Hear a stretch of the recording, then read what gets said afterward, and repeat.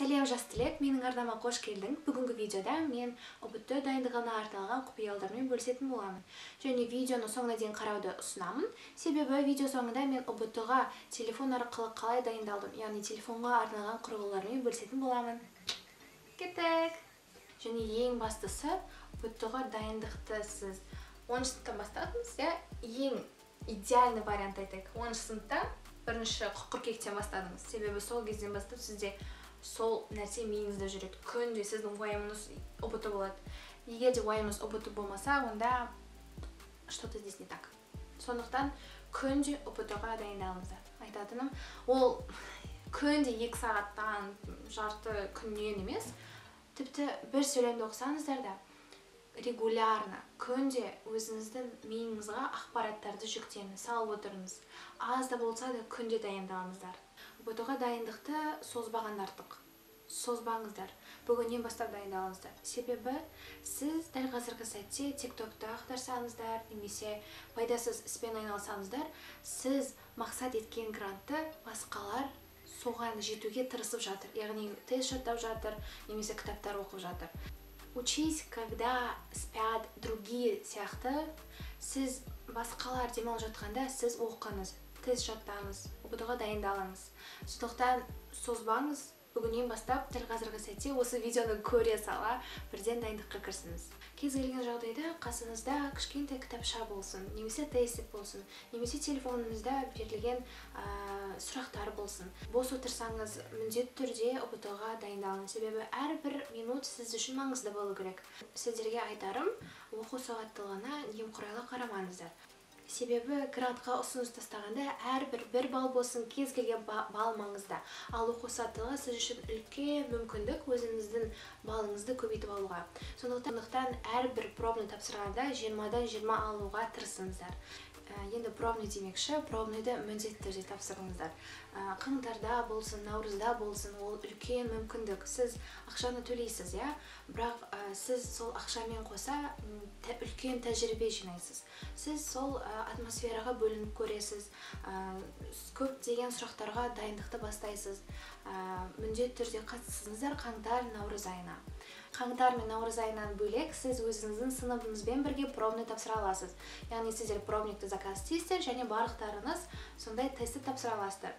Өкінішке орай менің сыныбым өте белсенді болған жоқ, бірақ біз дегенмен көп рет тапсырдық. Ол үлкен пайдасына келді. Біз сұрақтармен таныстық, жаңа сұрақтармен, және өз-өзімізді былайша айтқанда тексеріп көрдік. Сондықтан артық тексеріс ешқашан артық болмайды. Және қателеспесем, ондай пробный ұбт-ның сайтында да бар. Ол ақылы түрде. Ешқашан пробныйдан қашпаңыздар, ол үлкен тәжірибе. Расымен айтамын. Ең бірінші біз 10 сыныпта бірінші рет тапсырдық. Сол кезінде бізде ұбт-ға дайындық мүлдем болмады. Осы үлкен қателік болды. Біз 10 сыныптан бастап дайындалғанда, білесіздер ме, 11-дің соңында біздер мүлдем мастер болушы. Бірден шашып тастайтын едік. Біз 1 жыл бойы жай жүрдік, былайша айтқанда. Сондықтан келесі айтатын 10 сыныптан бастап дайындалыңыздар. Вот реально айтам, 10 сыныптан бастап дайындалыңыздар. Қазақстан тарихы болсын. Қазақстан тарихы өзгермейді. Ол жақта былайша айтқанда тақырыптар берілген, база берілген, сол арқылы дайындалыңыздар. 10 сыныптан бастап өтініш. Енді жаңағы оқиғаға оралайық. Біздер сол кезінде мүлдем білмейтін едік. Қазақстан тарихы мүлдем ешкім білмейді. Тестті оқыдық, мүлдем ешқандай сұрақты жауабын білмейміз. Шыны керек біз көшірдік. Зор. Енді дәл осы тестті мен 11 сыныптың соңында қарасам, на easy, оп-оңай болып шықты. Сонда мен ойладым, мен түк білмесем, бұл мен үшін қиын көрінеді. Бірақ мен егер де сол нәрсені үйрене берсем, ол оңай екен. Сондықтан айтатыным, егер де сізге қиын болып көрінсе, онда берілмеңіздер, сіздер до конца барыңыздар. Ешқашан берілмеңіздер, айтатыным, үйрене беріңіздер. Соңында вообще шемшкедей шығатын боласыздар. Енді ондай деңгейге жету үшін сіз әр нәрсені білуіңіз керексіз. Әрине ол қиын, бірақ дегенмен сізге бір сұрақ кездесіп жатса, міндетті түрде соның жауабын білуге итермелеңіз өзіңізді. Расымен ішіңізде қызығушылық пайда болсын.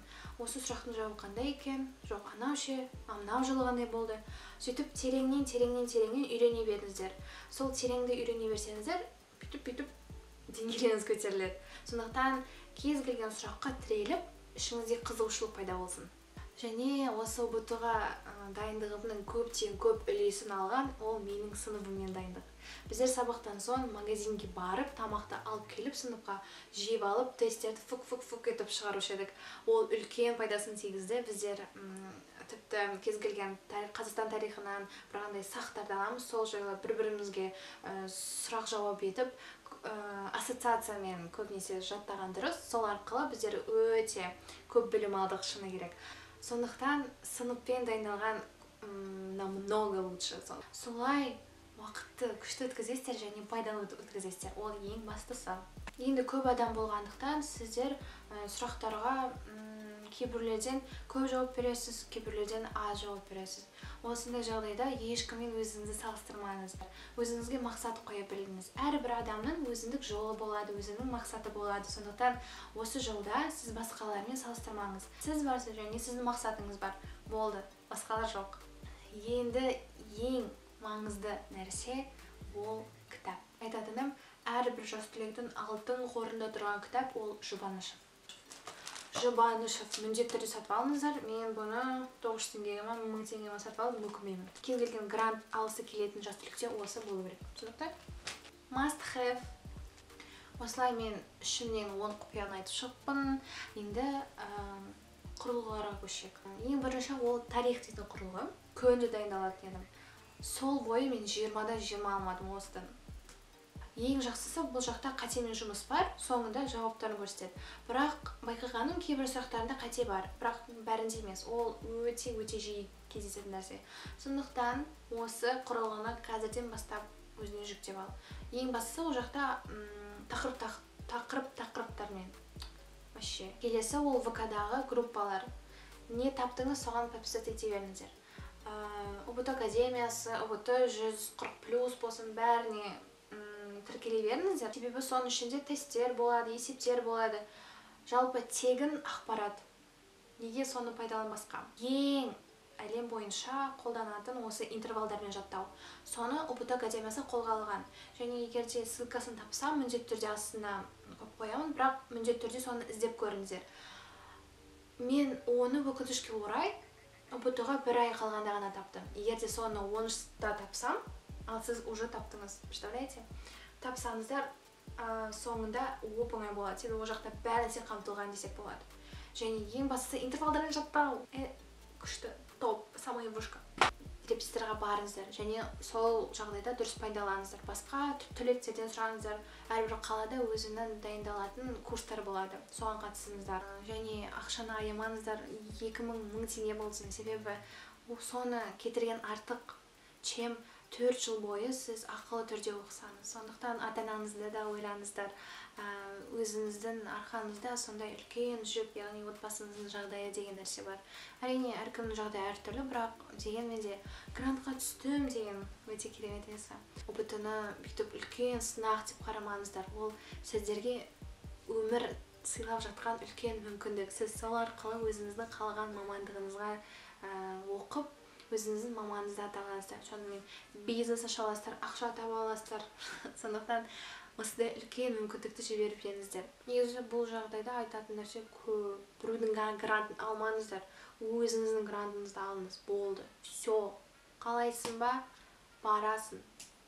Не сен? Сонда элементарно грант алмайсың ба не? Сен мықтысың, мен саған сенемін, білесің ба? Сондықтан сен осы грантқа лайықтысың, и сен аласың. Ең бастысы бұйырғаны болады, және сол саған бұйырып тұр, егерде сен талпынсаң сол нәрсеге. Сонымен мен ішімдегі барлығын шығардым. Сіздер менің кішкентай сіңіл інілерім сияқтысыздар. Өзімнің басынан өткізген экспириенсімді, менің жылдарымнан мынандай болды деп айтқан әже сияқтымын. Шыны керек, мен сіздермен бүгін көп нәрсемен бөлістім. Психикалық жағынан болсын, шыны керек дайындалу керек жағынан болсын, сайттар жайлы болсын, мен бәрін айтып шықтым. Және мен грантқа түстім, ол режиссура мамандығына, шығармашылық жағынан. Және осы жайлы қалай мен грантқа түстім, қалай дайындалдым деген сұрақтар қызық болса, келесі видеода мен сол жайлы да түсіремін міндетті түрде. Соны көру үшін міндетті түрде маған тіркеліңіздер, себебі соны көресіздер, құр қалмайсыздар дегендей. Осы видео арқылы мен көп нәрсені еске алдым, ностальгия болды. Сіздерде де осындай ыстық естеліктермен қалсын деген үміттемін. 11 сынып ол жалпы айтқанда енді қоштасып жатқан муд мүлде басқаша әсер. Сондықтан әрбір уақытыңызды пайдалы және ең бастысы оқуға кәдімгідей кіріп кетпеңіздер. Өздеріңіз сыныптастарыңызбен де уақыттарды өткізіңіздер. Сол айтатыным жаңағы коллективно сәттерді дұрыс пайдаланыңыздар. Сонымен сіздермен болған мен Аружан. Маған тіркеліңіздер, лайк басыңыздар, комментарий жазыңыздар. Солай. Сау. Мүмкін мен жарты видеоны өшіп қалды, мен білмеймін. Мүмкін, бірақ көру керек. Бірақ мен бәрін айтқан сияқтымын. Айтпасам да мен сені түсіріп салам, ничего страшного. В смысле ничего страшного? Мына жақта мен көп нәрсе вообще айттым. 10-нан астам кеңестерімді білдіріп кеттім. Расымен де жүрегіңіз не қалап тұр, соған барыңыздар. Сонымен сіздермен болған мен Аружан.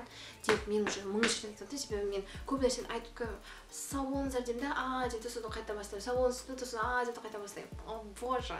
Сондықтан мен тағы да бүйтіп видеоны созбай тұрғанда сау болыңыздар дейін. Маған міндетті түрде лайк басыңыздар, тіркеліңіздер. Сонымен сіздермен болған мен Аружан. Сау.